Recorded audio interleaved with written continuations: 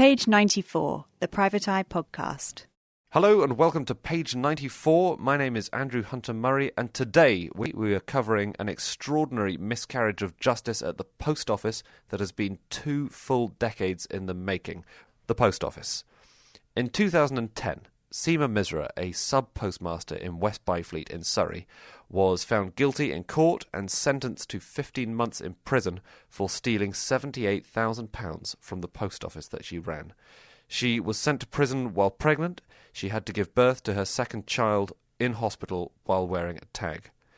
Misra had pled not guilty in court, and there was a very good reason for that, which is that the money that she appeared to have stolen had actually gone missing from the accounts of the post office she ran due to a computer glitch that was not an isolated incident. In fact, due to the post office's faulty technological systems, 550 separate sub-postmasters across the country have had their lives, their careers, and their finances ruined, and some, like Seema Misra, have even been prosecuted due to it. To find out a little more, I spoke to Richard Brooks and to Nick Wallis. They've been covering the story for the magazine, and they are preparing a special report about the extraordinary saga, which is going to be running in the magazine in a couple of months' time. I started off by asking Nick Wallis just how the story had come to his attention in the first place.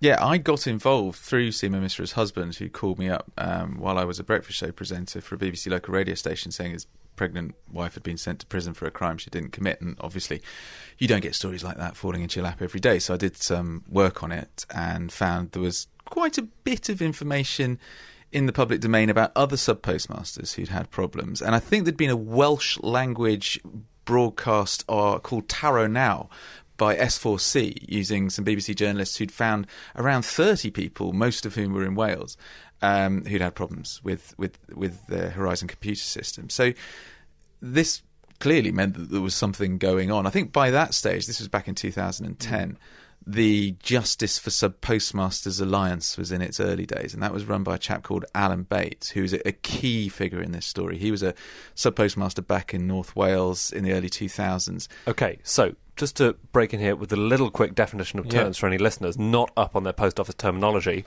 Sub-postmaster, what's going on there? What's that? Well, sub-postmasters go back hundreds of years. They run smaller post offices outside the big city centres. And they were there to collect the post that was being delivered around the country. And as the post office grew, they acquired much bigger roles, things like paying benefits, selling licences, dog licences, driving licences, that kind of thing. And they became important parts of the community across the country. And they were asked to install this new system. They were told to install the new system. And this is Horizon. It was rolled out compulsorily. Okay. And just to give you an idea of the scale of this system, I've been told it's the largest non-military computer system in Europe. Wow. At the time Horizon was rolled out, there were 18,000 post office branches. And if you imagine you go into a reasonably busy branch post office in a town, you might see 4 or 5 counters. So each of these counters would have a Horizon terminal in the branch. So 5 Horizon terminals per branch, multiplied by 18,000, you've got a lot of hardware being rolled out, or over the course of a year and a half. It didn't take very long before it happened. Well, I mean, the history of Horizon is pretty interesting, and it's really why I think it was of such interest to Private Eye when we picked up on this story, because it was one of these, it started life as one of these mega government IT projects. Back in the 90s, governments thought that, there was no public service that couldn't be improved by chucking billions at a new IT system.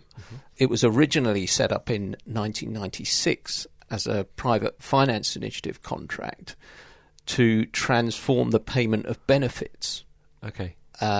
Through a benefit card system. But that didn't work.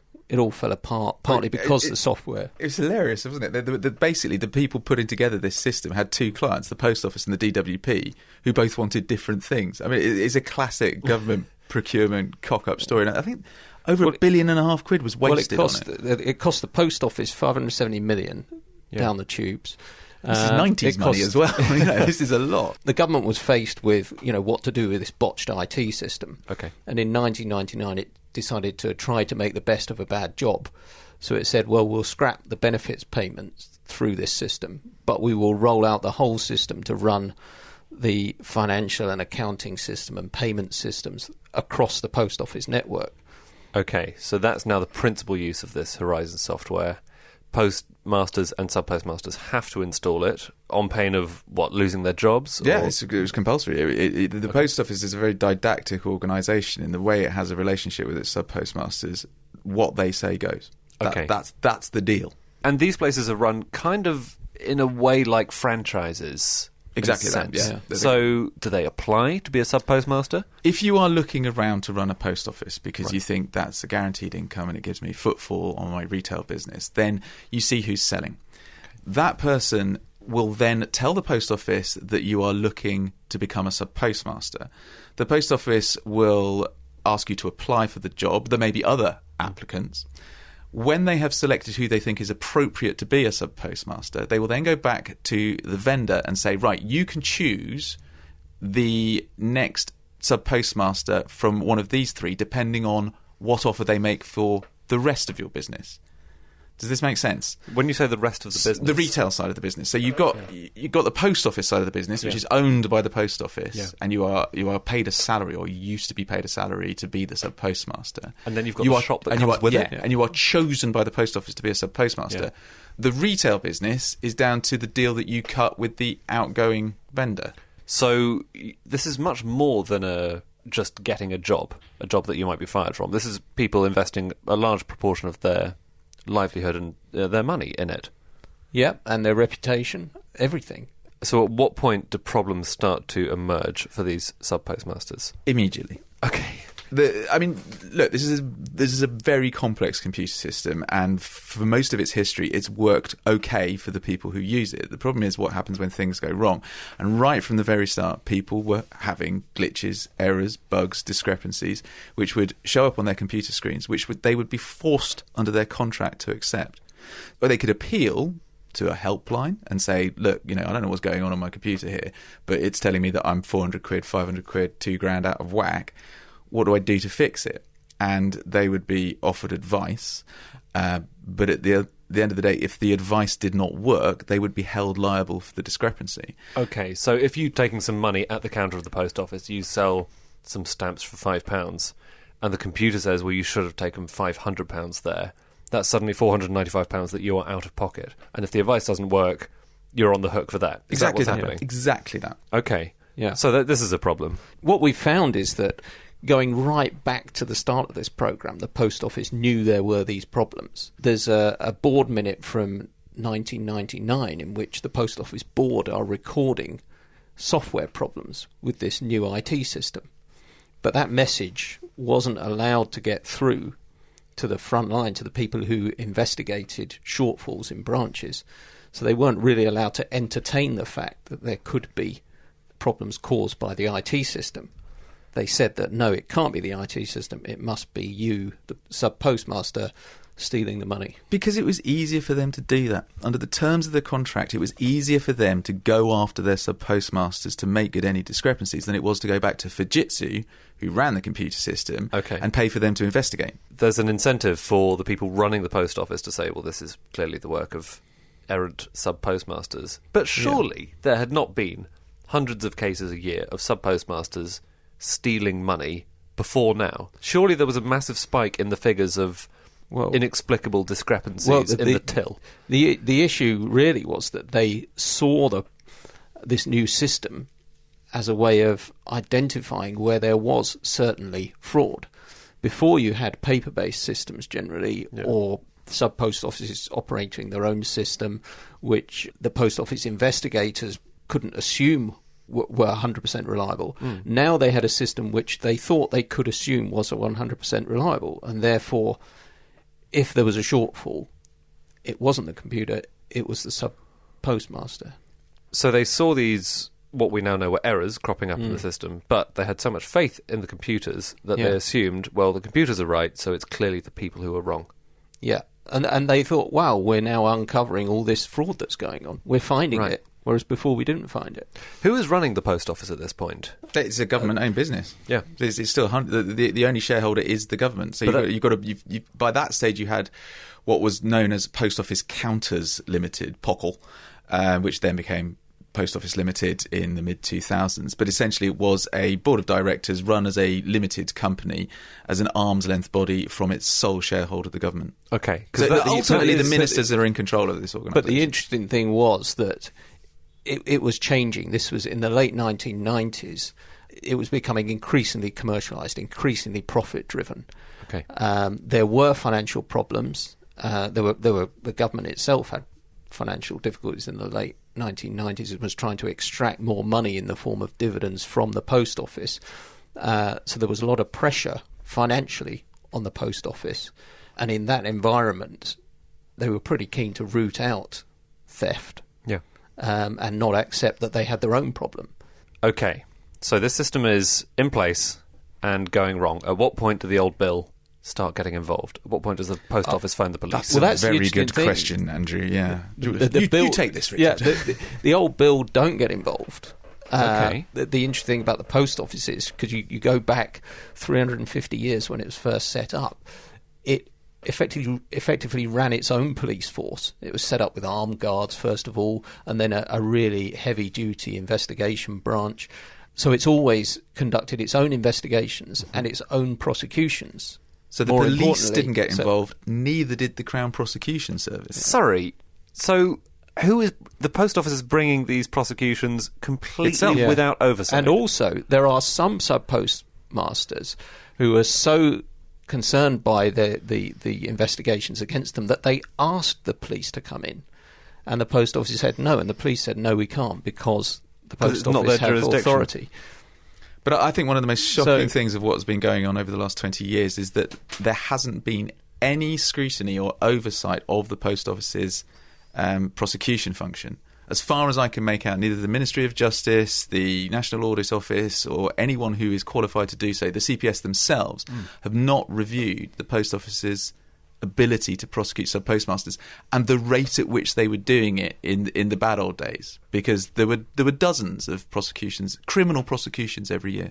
So I'm not going to say when did the old bill get involved. No, we know they didn't, nor did the Crown Prosecution Service. When did the prosecutions start? Was it quickly after the installation of Horizon? Oh yeah, I spoke to a chap who went to prison in 2001, a 19-year-old kid who was working behind the counter of a Crown Post Office. Her counter was out of whack. She was sent to prison. This was in. She eventually went down in 2000, but she was picked up. 2002, but she was picked up in 2000, and then the court process obviously takes a period of months. And what exactly are the charges? Is it fraud in general? Is it specific? Well, theft, usually. Okay. Fraud is one of them. False accounting is another one. Well, the interesting thing about the way that the prosecutions happen is, and why so many sub-postmasters pleaded guilty, is that they were confronted with charges of theft and false accounting. And, a rule of thumb really was that theft would get you sent to prison. False accounting would not. So many people agreed to plead guilty to false accounting in order not to go to prison, even though they were guilty of neither. And once the post office had the conviction, they could then go after that sub-postmaster's assets under the Proceeds of Crime Act. Right, so this is the missing £495 in the till, is that it? Yeah. Yeah, I mean, it could be 49,000, more than 495, but yeah. That much? Oh, gosh, yeah, no, there was six-figure discrepancies. What would happen is the discrepancies would build up because people would first encounter a discrepancy and then they would know that they were strictly liable for it. They would also hope that it would sort itself out. So they would claim that they were okay for a bit, thinking this might sort itself out. So technically some of these people were guilty of false accounting. Right. Simply in order to keep their business going. Although I do maintain there has to be criminal intent, and I don't think there was criminal intent in a lot of this. But, because they weren't there to dishonestly deprive people of money. They were just trying to keep their business going. I mean, if I spell out the false accounting trap to you, because it's the one thing that a lot of people say, well, why did they plead guilty if they were innocent? If you go 400 quid down, you call up the helpline, they can't help you out. The post office says, right, that's 400 quid. So the next time you go 800 quid down, you know what the helpline are going to be no use. You know that you're going to be held liable for that 800 quid. you tell them about it and they say, okay, we'll take it out of your salary if you can't afford it. Next time you go $2,000 down. You can't afford to have it taken out of your salary. You can't roll over your branch accounts to start trading the next day unless you agree the figures that are on the Horizon computer screen. Right.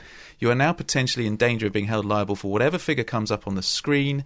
You could lose your investment in the business because the post office can just remove your job just like that, no matter how much money you spent on it and no matter how much money you spent on getting the retail premises up so that the footfall comes in. So some people in a desperate situation with just knowing that they were going to be held liable for something they didn't know how it had come about, would press the button on the screen and say, yeah, that is what is in my branch account, right. Which the post office held them up as being false accounting. Now, in the recent High Court litigation, the judge said that there is no way under the terms of the contract that what they were doing was stating a settled account. Because if they'd raised hell with the helpline beforehand, if they'd said, look, we don't know how this is happening, then there is no way that them pressing that button on that computer screen could be a settled account, which is why so many cases are now with the Criminal Cases Review Commission. Okay, so these prosecutions are now ongoing. At what point does it start becoming really clear that something is awry? Nick mentioned Alan Bates, the first guy who sort of corralled a few sub-postmasters into action. This is about 30 of them in Wales, did you say? A lot of them working? Well, actually, the first meeting of the Justice for Sub-Postmasters Alliance was on the 8th of November 2010 in a village hall in Fenny Compton, where after sort of finding out how many people around the country appeared to be affected by this, he chose the most central location he could and had their first meeting. So this is good postal efficiency in operation in this campaign. Very nice. Yeah. And what happened next? This eventually grabbed the attention of MPs, which it should have done long before that, really. And they started asking some difficult questions. What's going on? They brought in the chief executive of the post office into Parliament and said, there are some questions to ask. And from there, they set up a proper investigation process as they saw it, followed by a mediation process to try to iron out what these problems were. And it was really in that process that it became clear just how bad things were across the board.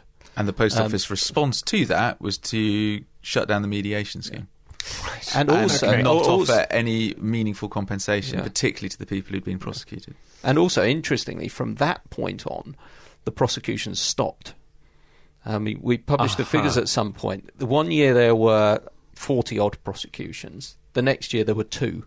Right. And then 0. Because they realised that the prosecution process was absolutely fatally flawed. At this point, they have realised that something's gone really wrong, but they are not making compensation, and they're certainly not looking to overturn any of their convictions. Whether they can even do that, I don't know. I mean, they seem to have their own prosecutorial powers. Yeah, I mean, they're actually denying there's anything wrong. Yeah. Even though their own actions, the fact that they will no longer pursue prosecutions based on this evidence, demonstrates that they know it's wrong. Yeah. They claim it's not. So every step of the way, they deny that there are problems with the Horizon IT system. Right. When we first wrote about this in 2011, September 2011, the next week we got a letter from the Chief Operating Officer of the Post Office saying, no, this system is totally robust, totally reliable. They knew full well it wasn't, but it was a real head-in-the-sand approach. And we've now seen internal memos where the Post Office were discussing serious Horizon errors with Fujitsu.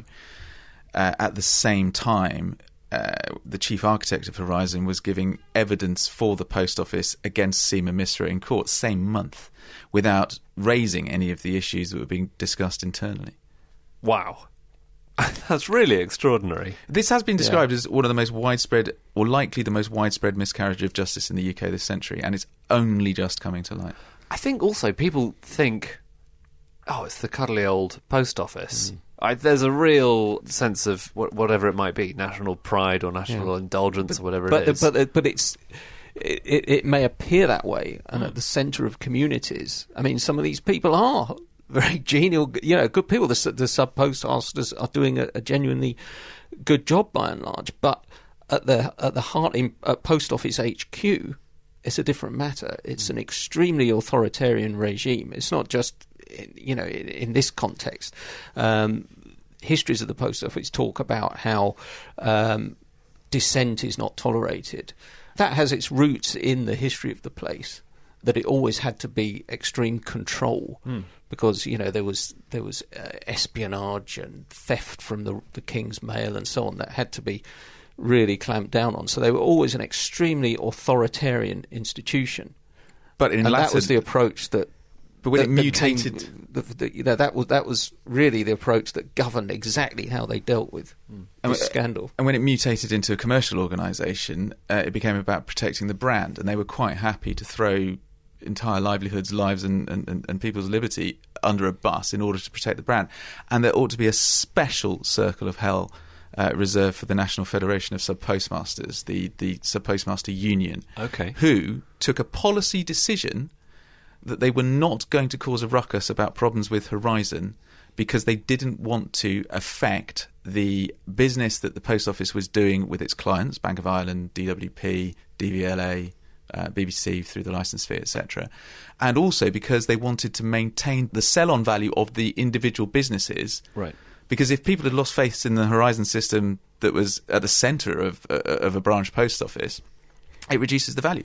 So when sub-postmasters went to the National Federation, or the Fed as it's known, looking for help because they had discrepancies and because the Post Office were bearing down on them and trying to get money out of them and they couldn't understand why, the Fed's policy approach was to say, well, there's nothing wrong with the computer, so maybe it's your staff who are thieving from you. Wow. How are you going to pay it back? That union is especially important considering that you are classified as self-employed, you have no holiday entitlement, no sick pay, no pension entitlement. They're vital if you're a sub-postmaster. All the while this is going on, the conditions for sub-postmasters are getting tougher and tougher.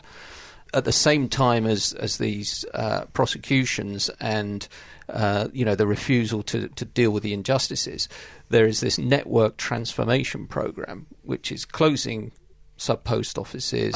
It's reducing the income that sub-postmasters automatically get from the post office and making them increasingly reliant on, selling bank products for the Bank of Ireland generally, and from profitably running their shops. So the conditions are getting a lot worse. They're having to work much longer hours, and effectively the post office network, the sub-post office network, is getting squeezed in order to provide profit for the post office centrally.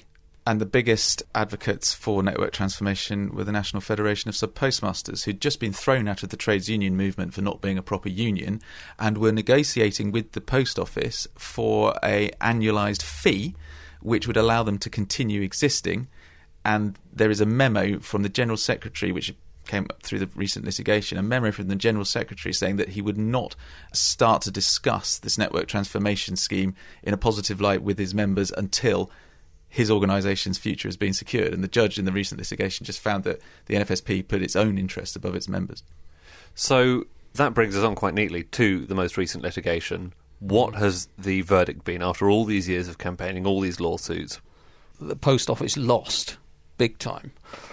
There were essentially two trials that went ahead. One was on the terms and the conditions and the way they dealt with sub-postmasters, and they were found to have treated them oppressively, have unfair contracts, and just to have behaved appallingly, really, towards sub-postmasters. The second trial that went ahead related specifically to the computer system, the Horizon system, and it found that, contrary to what the Post Office has been saying for years, there were serious bugs. They kept cropping up, that it covered them up, Fujitsu covered them up, and all this was known about internally, almost certainly played a part in the injustices, the prosecutions, the sackings and so on that sub-postmasters suffered. The problem with this is that the postmasters got a 58 million quid settlement. There were 550 claimants, and Therium, the litigation funders, who admittedly put a huge amount of money, tens of millions of quid, on the line in order to try and win this litigation, take a massive success fee out of that final settlement total. The sub-postmasters who haven't yet received any compensation have been told that they can expect to share 10 million quid between them, which averages out at around 20 grand each. Which, when you think about some people who put 200 grand into a business, were held liable for 6, 4, 5-figure discrepancies, who were also prosecuted, lost their reputation, suffered extraordinary mental health privations as well. Went to prison.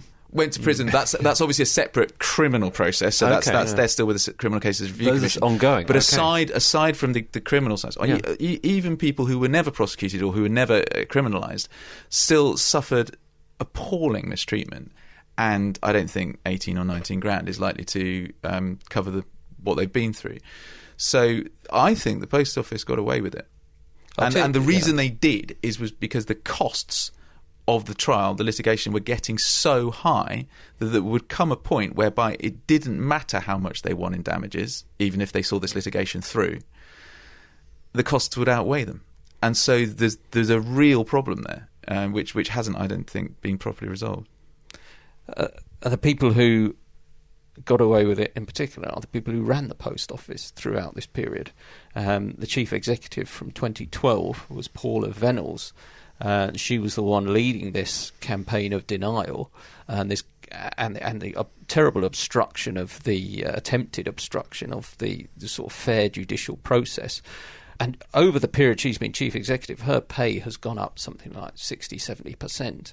Now, she's had huge bonuses, and huge bonuses driven by the financial results of the Post Office. So we had an executive board of the Post Office that was almost entirely incentivised to increase the profits of the Post Office in order to reduce the subsidy that the government was giving it. When your pay is determined in that way, it kind of influences how you behave. So she left last year. There would have been massive financial consequences if they'd admitted problems with Horizon. She didn't want those massive financial consequences because it would have fed through into her pay packet. Well, now I do want to put clearly on the record, as the magazine covered in November last year, that due to all of this, the short-term incentive payment paid to Paula Venables was cut by 20%, which was around £36,000. Now, it also does happen that her long-term incentive payment was increased by £50,000. But nonetheless, I think that is a very... I think she'll have learned her lesson there. Yeah, she took a mere £14,000 increase or something like that. Well, her total haul for the year was £718,000. Yeah, and back when she started, it was something like 400. So she's done very well out of this period in which the Post Office has been ripped apart, really. And there is a degree to which she is specifically culpable, because when she was preparing for the Select Committee hearing into what was going on with Horizon back in 2015, she sent a memo round saying, is remote access to these branch accounts possible? I need to say it's not. Which meant that she was directing her staff to say something which the Post Office had, a line the Post Office had stuck to assiduously, that there was no remote access to branch accounts, because that's how you prosecute someone, by saying you're the only one that can possibly be responsible for these accounts. Until the litigation in 2017, when they turned around in court and said, that's not true. You can access branch accounts remotely. Sorry about that. Sorry about that, everyone. So they could have seen these errors happening, and they could have...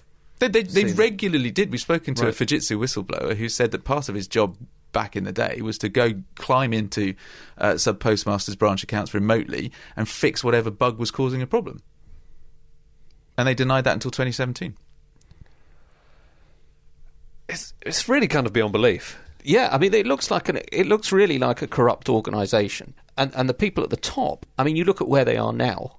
It's really instructive to have a look at them. Paula Venables is now on a board at the Cabinet Office at the heart of Whitehall. She's also chair of a major NHS Foundation Trust, Imperial. The chairman who oversaw this kind of culture of injustice, Tim Parker, he's actually chair of Her Majesty's Courts and Tribunals Service, would you believe? And the National Trust and various other positions. So these people just go from strength to strength. And that's without getting onto the ministers who just let the Post Office become a law unto itself.